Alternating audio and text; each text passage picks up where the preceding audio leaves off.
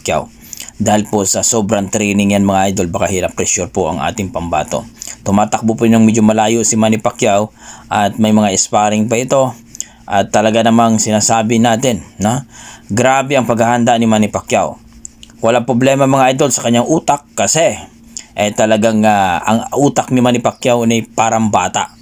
Fresh pa rin na lumalaban. Ang problema lang ang katawan ni Manny Pacquiao. Baka hindi na makasabay sa kanyang utak. Mahirap na.